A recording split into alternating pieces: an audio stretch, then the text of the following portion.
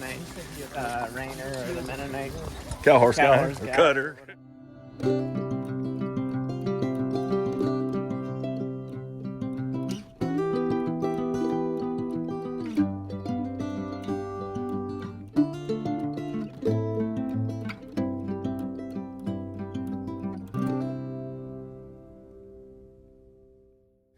Look at the country. So how do we happen to be branding calves in Ontario? Well, I have an uncle that has cows, and he likes doing it the old-fashioned way, so it works out for both of us. So this is Chet Martin. Chet's the only fella I know who's won money reining, cow horse, and cutting. He won money in cutting, right? Yep. Not as much as I'd like to have, but we're Nobody's working won on as much money as they'd like to have.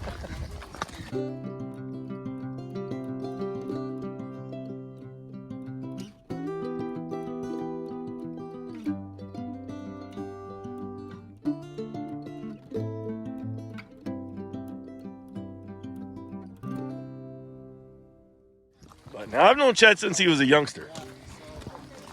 How old would you have been when you went to Florida's clinic? What would you have been? to Sean Florida's clinic in Blainville. all that. That's the first time I ever saw you. You were riding Jordan- that big raw-boned red horse. Jordan Larson. Was it Jordan? Yeah. Was Jordan? Okay. Okay. I just got married. I was 22. Yeah, I called you kid because you were way younger than me, but but I remember you then. You were kind of green, but Yeah. I figured, looking at you, you were probably going to do something if you got some decent horse flesh. And then here you are. It's been pretty interesting. But we went over today and chased some cows and tried cow horse stuff, and lousy at it, but we did it. And then had Chet try one of ours. It was kind of fun. It was a good day. But this was a heck of a day. This was fun. And so what's your background? Well, religion or profession? Well, let's start with profession. Well, we always had horses growing up, and my dad would buy these sale barn mares that were in foal, and we'd take them home and foal them out, raise the babies, break them out, and sell them, and usually That's your background in horses. That's how you started. Okay, I didn't know that. That's cool.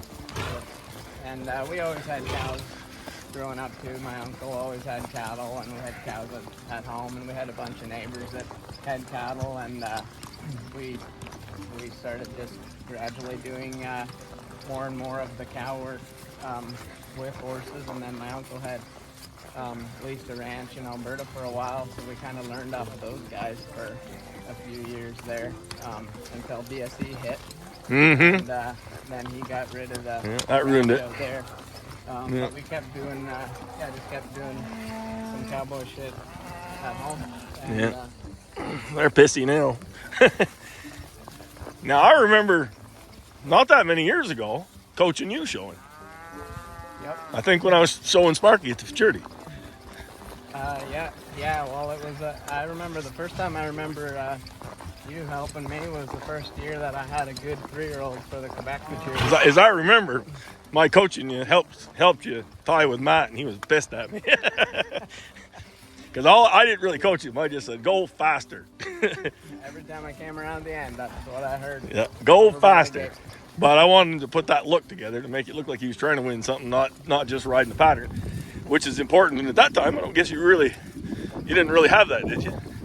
No, I was pretty green. Matt helped me a lot too. So here I am today. Oh, Matt helped you, yes, for sure. He's Here- still, still up. Here I am today getting coached from you.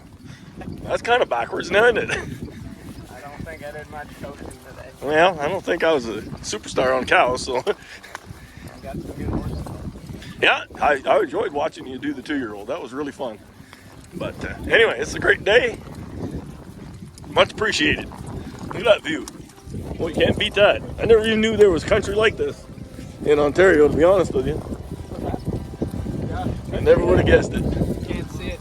Just can't see it from the 401. Yeah, that's all right. I don't want to be around the 401. Look at that country out there. Look at all those cows, all that pasture. I mean, doesn't get any better than that.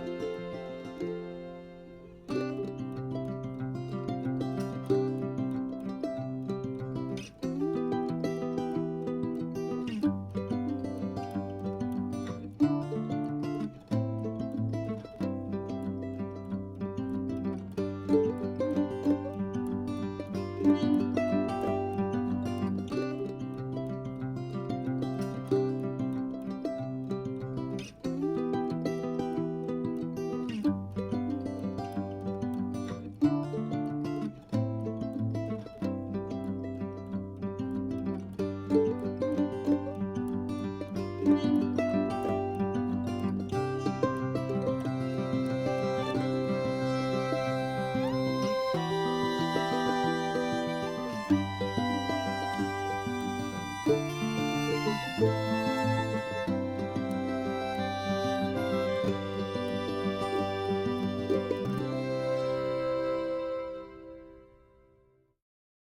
we forgot something. You started talking about your religious background. Well, people always, I'm known as the Mennonite rainer or the Mennonite Cowhorse guy or cutter. or whatever. So I get a lot of Mennonite jokes with them, which I'm totally okay with. I usually call you Amish. So, yeah. Just to irritate you. Yeah, no, it doesn't bother me at So all. what's like now is there obviously you had cows and everything growing up, so there's some history cowboying in the Amish or in the sorry about that.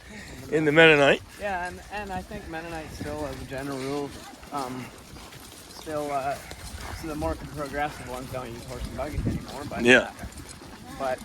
You know, we all have Still work cows horseback and that sort of thing. Yeah, even the more progressive or liberal Mennonites, whatever you want to call it, everybody's pretty much got, you know, a grandparent that still drives a horse and buggy. Yeah. Yeah. Well, it ain't a bad way. So I could. it's We may all have to when we have to go to electric cars. yeah, and the area that we live in has a lot of horse and buggy Mennonites. Yeah, I see them. I see them. Is there an Amish community here too, or mostly Mennonite? There's an Amish community about 20 minutes from where we live. Yeah. Okay. Okay. And y'all get along, or? Oh, our fearless leader took us the wrong way. Oh. Other than you know, the odd fight up in the haymow when we were kids, everyone gets along. Everybody gets along. That's pretty interesting. And then you being a horse trainer and living the life you're living, that's all like kosher? Well, that depends. There's getting to be quite a variety of Mennonites as well. So there's yeah, definitely it wouldn't be okay for horse and buggy Mennonites to Do what you're doing, yeah. Because it's considered like an act of pride, and you're not supposed to have pride in anything material. Yeah. Showing a horse would be considered pride. Geez, they're kind of fussy about some of their horses. I've seen a few of those guys set their horse up pretty fancy. Like that seems like pride to me. I see a few of those trotters going along. I've seen some awful nags too, but I've seen a few of them that wanted to get out of the truck and shoe their poor horse for them, but figure out why it was limping. But then I've seen a few that were just decked right out, fancy horse. Yeah. And they're trotting. I mean, they're going to town. Yeah. Now, at the end of the day, everybody's a hypocrite in one way or another. Ain't that the truth? I guess we all are. Yeah. Can't argue that. Myself included. Yeah. So I am the butt of a lot of Mennonite jokes, especially from yourself and Matt Hudson and some of those guys. Matt's taught you a lot of bad things. Let's face it. I mean, Matt's helped you a lot, but I've seen some of the videos, and oh my God. Yeah, he pushed me down a slippery slope. Yeah, he belt pushed you down the stairs there. But that's our friend Matt. He's a bad boy. He's a real good fella, one of the best guys you'll meet. And then on the other hand, you want to kick him in the nuts. All right. I'm glad you told me about that. That's, I think that'll maybe educate a few people. Yeah. Good stuff. Probably not too many Mennonites in Quebec. I don't know of any. I don't know of any. I mean, like actually you folks up here showing horses with you, you and your family and your people that work for you and stuff are really the first Mennonites I've really, talked to and got to know. I mean, I've met them here and there, traveling back in the day when I was driving truck and stuff, but I've never really, I mean, I kind of like the lifestyle. I respect it. Has some positives for sure. Yeah, I mean, we've gotten pretty wrapped up in bullshit, Yeah. And I mean, you guys have kept it real a little more, and I respect that. It's just, just my way of thinking. But I'm backwards and old, so that may be part of it. Well, we're gonna get western here going down this hole, so we'll stop doing this now.